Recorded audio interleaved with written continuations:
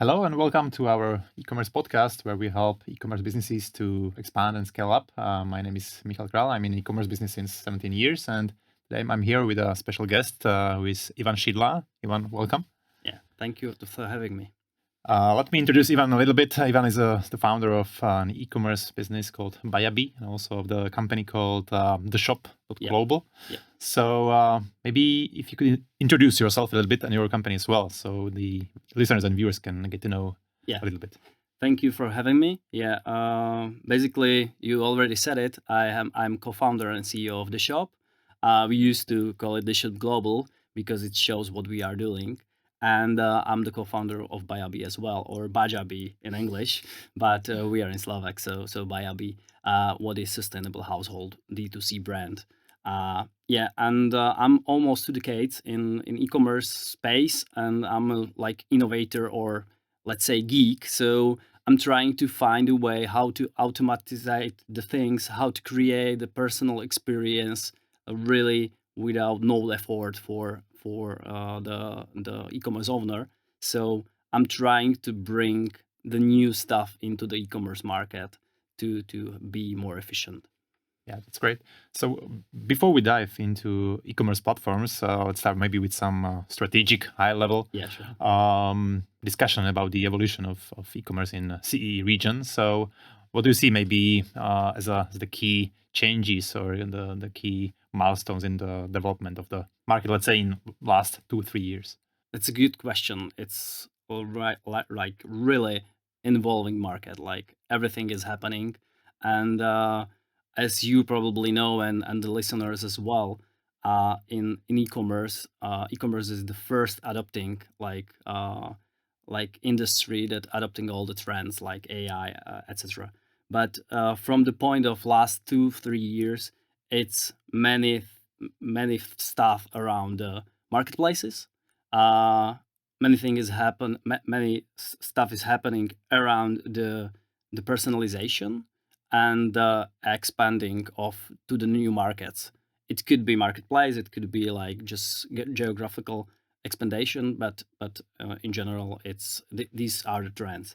And you are probably wanted to know more about like marketplaces as well because it's a huge topic. And from my perspective, there is like two uh, two sides of it. On the one side, it's really a huge potential for every e-commerce owner to sell through the marketplaces.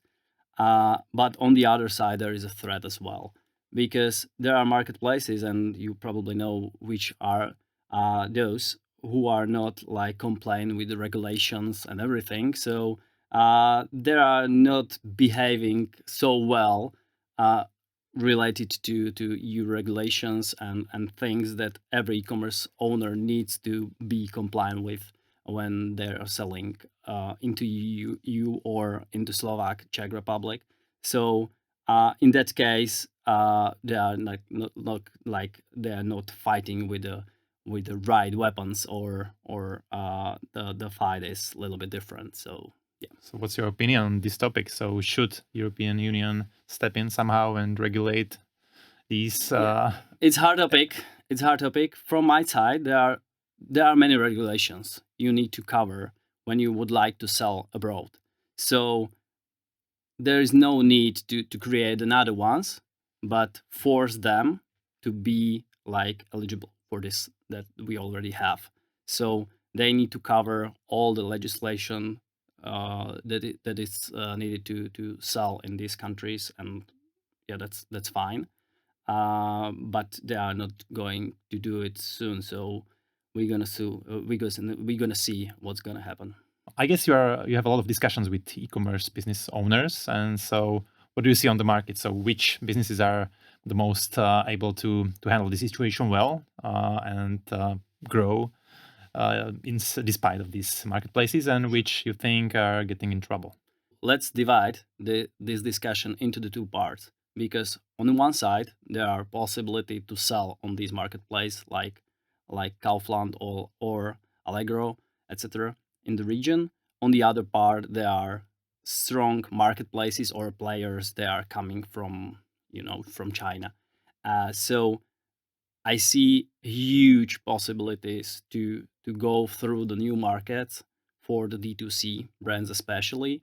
They can spread their product all around the world, or all around Europe really easily now through these marketplaces. But on the other side, the threat from the marketplaces like Temu, or the players like those, it's really huge for someone who just drop shipping, who just ordering some regular generic stuff and selling to someone else, because they are fighting like with the price, and this is fight that you cannot win. So let's focus on the first part and how e-commerce players can spread or can increase their market share through the marketplaces like Allegro or Kaufland. I guess you help the e-commerce business to expand and to scale up to more than 20 countries. Do you see any differences between the regions in Europe, how they're evolving in the last couple of years? Sure. Every region have some differences, and when you think about the like expanding, most of the time, like for the first take, everybody thinking about the language. So let's translate it, and everything is prepared. But there are many other layers. There are the currency layer. There is one huge layer regarding to shipping methods. So you need to provide shipping methods that people in your target market are used to. And another layer is the payment layer, because you also need to provide the payment gates and payment ways they are expecting in each and every each and every country. And all on like on the lowest level or the highest level are the regulations. So every country have some regulations, and you need to be compliant with them to be like ready to sell in those countries.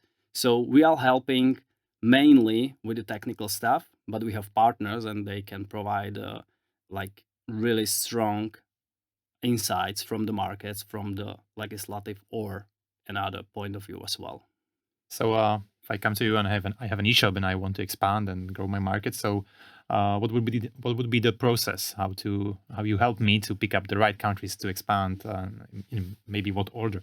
Yeah, we have some, like, let's say, checklist, and we call it like scaling audit or genius audit, because we done it many times, and we are improving it. So in the first topic, in the first step, we are opening the possibilities, the technical possibilities, if you are ready, if your e-commerce platform, if your technical environment is ready to scale up. Because most of the time you decided you would like to go somewhere, or e-shop owner decided to go somewhere, but he is not able to deliver the localized shopping experience. So the first check is to have really everything ready from this point of view. Then we have a lot of data from the market, and we can like take all of your products that you are selling and compare them with our data and see where you have the biggest possibilities to grow. So where you have your market, where you have your customers. So we suggest you some countries or some regions where to sell. And then is like the hard part, like prepare everything, like from marketing point of view, from technical point of view, and language, shipping providers, payment providers, etc., etc. Prepare everything for expanding to these markets, and then you just start with we try to be lean as possible, because our clients are not like huge e-shop. They can spread like 100,000 euros in the beginning. So be lean, try to like touch the market, see the feedback, and increase the volume of marketing and everything afterwards that you are ready to sell. So to cover it up, the steps are: provide some audit of your technical environment, try to find the best fit for your product on the market, on certain area or country, and then be with you through the expansion process. So from your experience, what do you think is the ideal situation to start actually thinking about expansion? What's the right timing? Yeah, from day one. Like when you're starting the business, because there are three possible ways how to acquire the market. So you can have a market share on certain market, you can enlarge the market on it, or you can somehow go to the other market. But from the day one, if you know that you can enlarge the market that you are in with the possibility of grow abroad, so sell globally, is the best way from me to the way of thinking. You don't need to start like doing thing internationally from day one, but you need to see the market potential from day one internationally. And then when you are choosing the platform, when you are choosing the partners and everything, you have in mind that like expansion will be the thing really soon. Of course, there are some categories or segments which are easier to expand. Sure. So you think this is also the crucial thing when you select the segment where you start your business, right? Absolutely, absolutely. We're mainly focusing on D2C brands or the brands that are bringing some added value to the market. So we are not working very well with some resellers. There are like, for example, some electronic resellers. They have huge competition on the market. Maybe they have some rules. They cannot sell the products in abroad.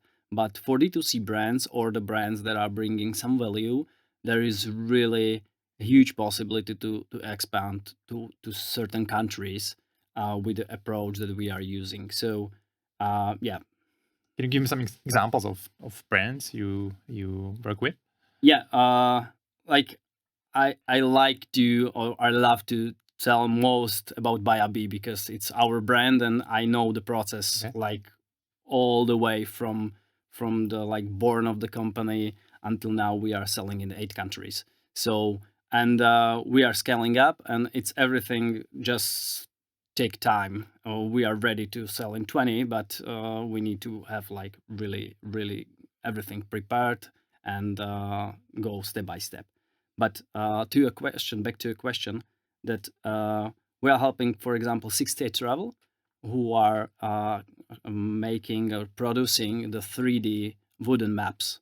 They are selling on 20 plus countries right now, and it's the same story as, let's say, BuyAB. It's D2C brand, which are the owner of the brand. It's somehow niche, but yeah, they have huge demand all over the world. They are selling in Caribbean so much. They are selling in Mexico. They are selling in Japan. So, and it's everything from Slovakia. So Great.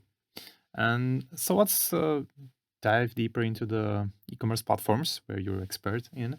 So if you were to launch an e-commerce business, let's say in 2024 or 25, okay. So how would you pick the right platform or the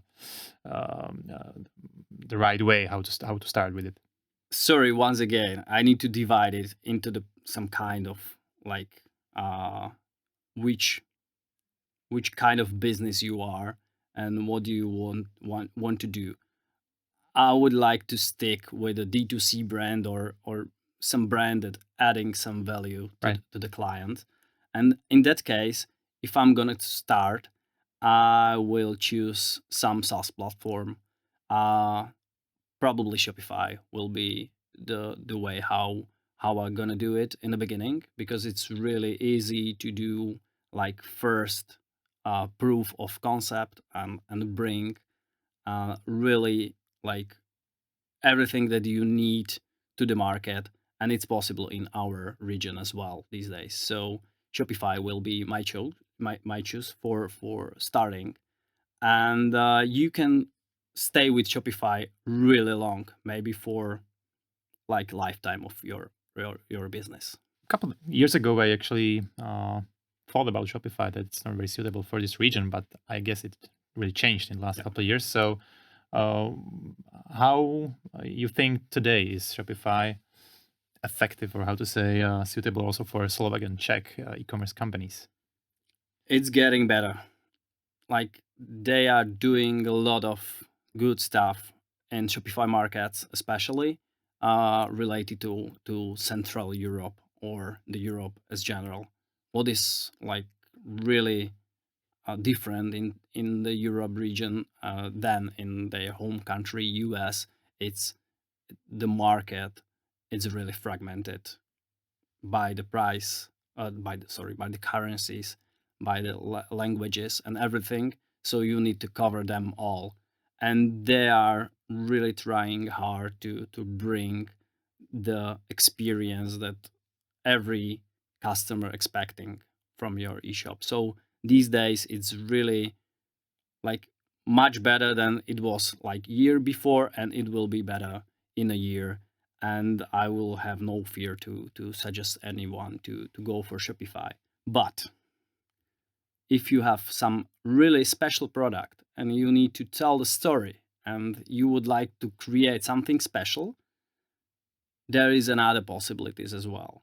Because Shopify, and many people maybe don't know, it's a headless platform. So it can communicate with different or with other softwares as well and bring the additional value to the customers.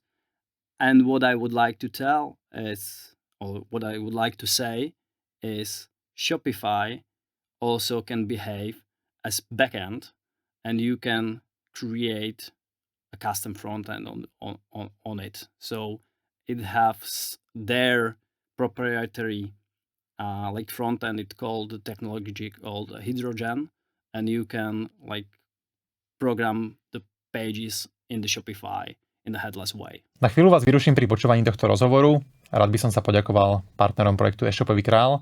Sú nimi Pluweb, firma, ktorá vyvíja špičkové e-shopy na mieru, Paketa, digitálna logistická platforma, Expandeco, firma, ktorá pomáha e-shopom pri expanzii, a Corlones, účtovná kancelária, ktorá je zameraná na riadenie financií pre e-commerce. A teraz už si vypočujte zvyšok rozhovoru. Remember, you were speaking a lot about this headless e-commerce. So can you maybe once more explain what it actually is? So Sure. so everybody can understand, even if we are not technical. I can try. Because when I say headless, most of the time I imagine a dragon. Let's imagine a like big dragon with so many heads. So, and every of these heads are representing different sales channel with different language, with different currency, with different behave, like different presentation of the product. It can be like mobile commerce, like desktop commerce, or it can be like TikTok shop or something else. And each of these heads are managed by some like a huge body. And this body can contain with so like few softwares that are cooperating with like technology that is defined together. It's called API, and it's some kind of like components, like let's imagine the backbone, and every part it's communicating with each other and controlling the heads. So for me, headless is like big dragon with so many heads, and all of these heads like can speak to customers differently. Okay. And so now we are getting to your company, the shop. So now, if you can explain what you actually do in this whole ecosystem. Okay, so if I stay with the dragon for a while, we have like 4 components, and they can behave together. They can be used together to create the whole experience, or they can be used separated for certain cases. But in case of the dragon, like we have this backbone, so it's TheShop Connect. It's connecting all your sales channels and system that you are using in the company for example, ERP or CDP or something else that you need to have in a company, and it's connecting them together and creating the backbone. So it's the Shop Connect. The other one, it's PIM, or Product Information Management. So it's the heart where you can manage all your product data in all the languages, all the currencies, and everything related. So it's like multi, as we call it, multi-region, multi-language, multi-currency. The third product that we have, or the third component, is like cart or commerce. It is the component that you are able to build custom front store on it. So you don't need to develop all the backend stuff. You just create really lean front end. It can be absolutely custom for you, and you can connect it to your environment through the shop commerce. And the last one, we are calling it Genius, and it have like the purpose of Genius is to create personalized experience, and the personalization is the like one of the key drivers of future of e-commerce. So we see huge possibilities there, but this is for longer discussion. And mainly, what does it mean? You are expecting on each of these sales channels little different experience. So to deliver perfect experience that are expecting by your clients, you need to cover if or you need to think if the person is on mobile phone, or if the customer shopping on the website, or using something like I don't know, AI assistant for buying in the future. You need to provide different kind of data about your products. So the Shop Genius, it's providing this kind of data and personalizing the data for each of these channels. But aren't there already some modules or plugins to Shopify that do similar things, or? There are, absolutely. And I didn't mention yet that we are communicating, and we are the plugin or some kind of in the environment of Shopify, and there are the plugins, but most of them are focusing on the US market. So our added value is we are from CEE, we are from Central Europe, we know the markets, we know what the customers are expecting in Czech, in Slovakia, in Poland, in Hungary, in Romania, regarding to not the presentation of the product, but the sales and shipping methods. And we have them connected, and we are providing this information through the e-commerce to custom website, or we are putting them into the Shopify to work with them. Okay. And so just to make it clear, so if I want to get a fully operational e-shop with everything I need to launch an international business, so is it something that you can deliver, or I need to combine like your solution with another tools or companies? It's better to have an environment of the tools. So we are just the part of this environment. We are not behaving like one tool that fix it all or take it all, one-stop shop, or something like this. So we are just a part of the headless environment, and for each and every customers, they are using different parts, different apps, or different approach how they are operating. So they have different CDPs, different ERPs, different product management, but on the end, they are creating their unique environment. They bring in value for their clients. So you also mentioned personalization is one of the things you do. So give us some examples of how we can use it in our business. The personalization, for me, with a huge influence by AI, is the thing that everybody can use now. You can personalize so many stuff. Let's imagine the situation if you came to the website and I came to the same website, and it's the same, it's not personalized. If there is something special for me as the person because of my behavior of the website, or because I'm in some kind of target group. If there is some kind of change, there is a personalization. It can be like special promo for me, but it could be like some product discovery, like product recommendation, upsell, cross-sell, or a lot of personalization happening in search, for example. And we have really strong partners for this. We are not doing it, but for our side, the personalization of product detail, it's our job. So we are focusing to deliver perfect product detail for each customer based on their expectations.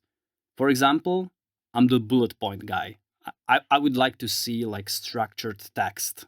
I don't want to see like huge chunk of text and see. I just want to see photos, some maybe some table and some bullet points. So for me, it's best when I'm searching for, I don't know, running shoes. So should just see the heel drop, the weight, just basic stuff, and not a lot of text. How do you know this about me? Yeah, it's because we are creating some target groups. Our AI that we train, creating some target groups, and it's A/B testing how you behave on the website if you are reading, if you are focusing for some text, and it's also related to the device where you are like buying, because it's different on the PC or on the computer than on the mobile phone. So we have the layer they are A/B testing this kind of thing, and then bringing them to another customers in their language with all the information provided regarding to their region. And so where do you see maybe the biggest opportunities right now in e-commerce, how you can actually scale up or increase profitability, because it's a big topic in the last couple of years, and cash flow and everything. So Yeah. So you see CRO as conversion rate optimization as one of the good ways? Yeah, CRO is always the good way, because from my point of view, e-commerce, it's like data-driven business. You need to have huge control about the data, and if not, it's the way to the hell, because it's really about some small increments of percentage everywhere, and on the end you are the winner or the loser. So for me, like if I gonna give you like two tips, or listeners the two tips, one is focus on like content and the story and everything that you bring into the customer, like personalized way. So don't send broad emails, don't do everything like it fits all. Like try to segment it for maybe just the segmentation for the man in certain age and the woman, it's enough for your product, but try to be a little bit personalized. This will be the first thing. And the second thing is look around. We are like really small country here and see each of countries are really small. So look around, there are huge possibilities somewhere. Maybe not on the east, maybe on the west. I don't know. It depends on the specific like product or the category, but they are always possible to scale up outside through the sales channels like website or marketplaces or some partnerships. It's matter for each of the category. You mentioned a couple of times the AI, which is a huge topic last 2 years, let's say. So where do you see maybe the easiest ways and most effective ways to improve, let's say, profitability of the e-commerce? Can you give us any examples of that? The AI is the project that I have in Bayabi. I don't have so many projects there because I'm fully committed to the shop, but the implementation of AI is something that I'm really into and I like it. So we started on operational level. So when you're creating the texts, the ads, when you're dealing with the promos or optimizing some kind of pictures, product pictures and everything, it can be done by AI these days. So the daily tasks that you are using, like you are doing manually, try to find the tool for it. There are so many tools outside, so this is the basic like layer on the behind. On the website, go for search, because it's really easy to implement it. It's bringing the value to the customer, and it's really like cheap one. What do you mean? What do you mean by go for search? Search like Luigi's Box, for example. Okay. Yeah, personalized search, AI-driven search, product recommendation. This is that needs to be like basic for every e-commerce right now. And then you can stretch it on product discovery. So product discovery for me means that every touch point of me as a customer with a website can be like oriented a little bit to my preferences. So maybe categories are sorted differently, or the let's say the tags, as I mentioned, are different. Or if I go further to the cart, there are pre-selected shipping and payment methods that are the best suits to me. But product discovery is a huge topic, and there are so many touch points. Just Google product discovery and you will find another 100 of tips how to improve by AI. Yeah, you actually mentioned Luigi's Box and Shopify. Can you give us any other tools or technologies maybe which you can recommend to our listeners and viewers, which can help them to somehow increase revenues or profits? These are like the brands that we are cooperating a lot. So, but there are so many tools that we can or I can easily like promote, but it depends on your special needs. For example, our perfect partner Expandeco, who is helping with expanding on the other side. We are in the technical side of things, and they are doing the hard work after the expanding, or after the shipping procedure and all the stuff around. So, but from the point of tools, sorry, I'm not good prepared for it, so I'm not going to spread just some general ones. Okay, so maybe we'll put some tips under the we can under the interview. I can send some tips, because still, if I'm thinking around the AI, there are so many like general stuff like use OpenAI, use ChatGPT. Yeah. But related to proprietary e-commerce tools, like I need to see the e-commerce and its needs to deliver, because as I mentioned, Shopify is evolving. There are so many plugins, and you probably can find the best suits for you use. Okay, so let's wrap up a little bit everything we discussed today. So if you can give maybe, let's say, 3 specific concrete recommendations to our maybe SMB owners in e-commerce, so like let's say e-commerce businesses up to maybe, let's say, 1 or 10 million euros a year. So what would you recommend if they want to increase turnover profit? Let's assume they would like to go global or strengthen their international presence. So in that case, in this size, I hope they already solved all related to the language, to the pricing, to the one-stop shop, to the regulation they need to cover. So I'm not going to suggest them do this kind of stuff, because they should have it. So from my point of view, focus on new sales channels. Don't stick with the website only. Focus on marketplaces, TikTok Shop, maybe some affiliate programs, etc. There are so many things around the world, and countries are like really specific. So something that we are using a lot for companies that are expanding to certain markets are really the Amazon is something that you need to do. So, but a lot of people in region are not using it because it's looks hard for them. So for example, try to look on Amazon as well.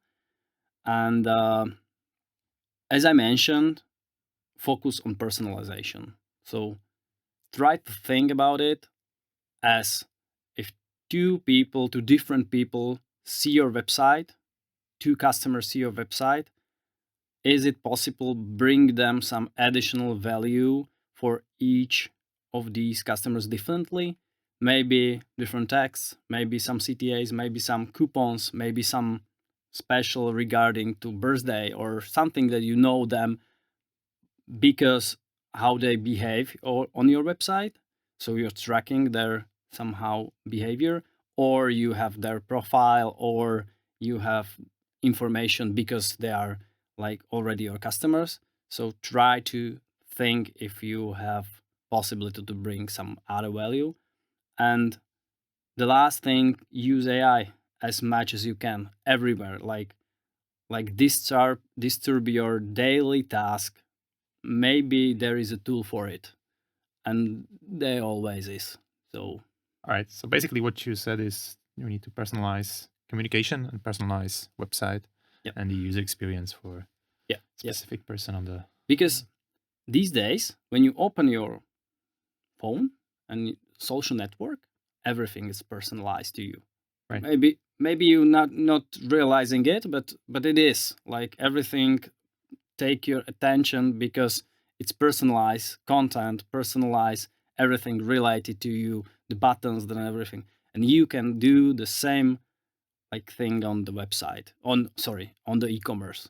So think about your e-commerce as you are like interacting with your social media account.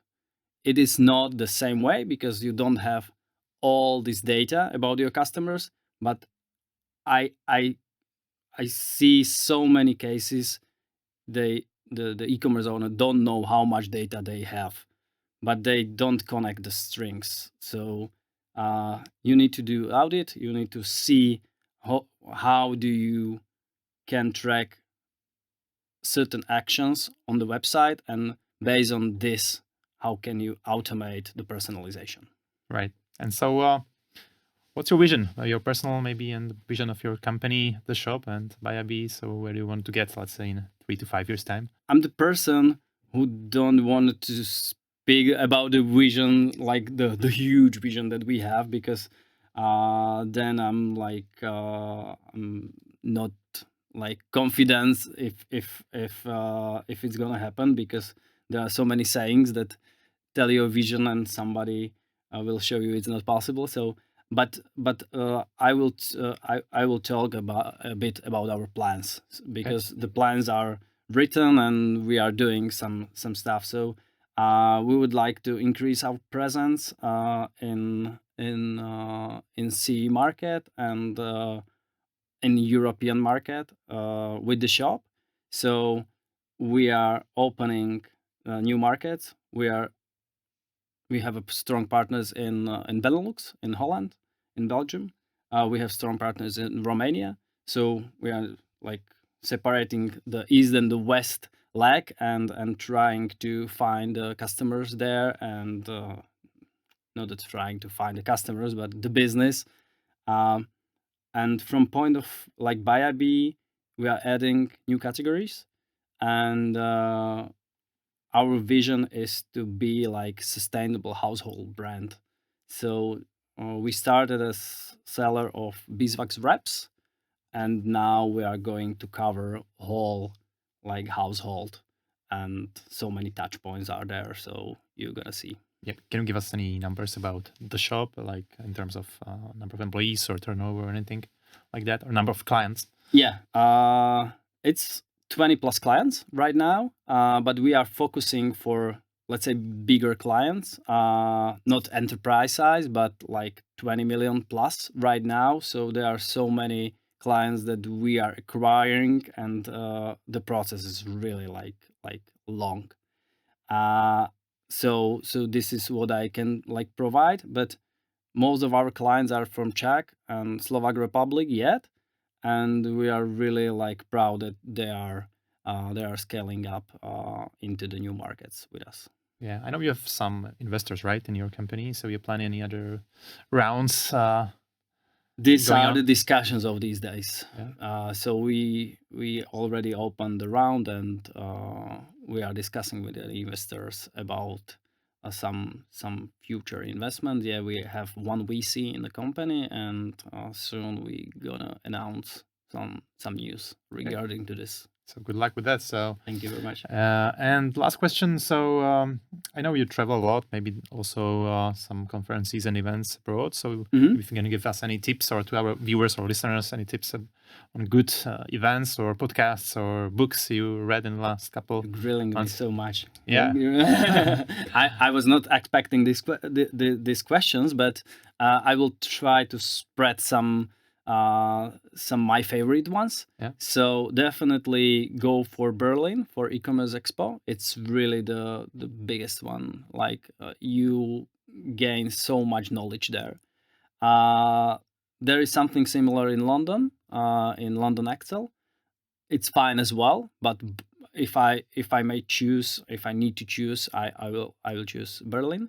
And from the podcast point of view, there are few. I will send you a links, and you will provide them, because there are really so many nice podcasts in the region and worldwide.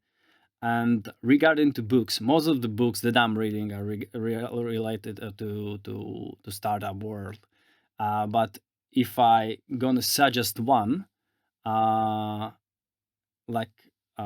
the Lean Startup, it's a really nice book, and it can be like really nicely adapted to e-commerce as well, because maybe you know this theory of MVP, minimum viable product, and we are doing things in the shop and in Byabi as well. So we are creating these small products, validating them on the market, and after we putting a huge effort to make them like really, really the best. It's actually also one of my favorites as well, and I also use it in every business, and also maybe in real life. Like yeah, it's like suitable for real life as well. Yeah, and so you also do any like personal development, like not the expert side, but maybe from personal point of view? It's not so much related to business, but yeah, I have the coach, and I have the mentor. So I spending so much time with the coach, who is also like certified psychology something. So I'm trying to be better version of myself. Okay. In this case as well. And so it's going well, yeah, the development, and is helping you. Ask my wife. Yeah, I'm gonna invite her too. Yeah. Okay, Ivan, thank you for joining us here in our podcast. So it was a really nice discussion. So I hope for you guys who listened and while watching this podcast, I hope you find there some aha moments.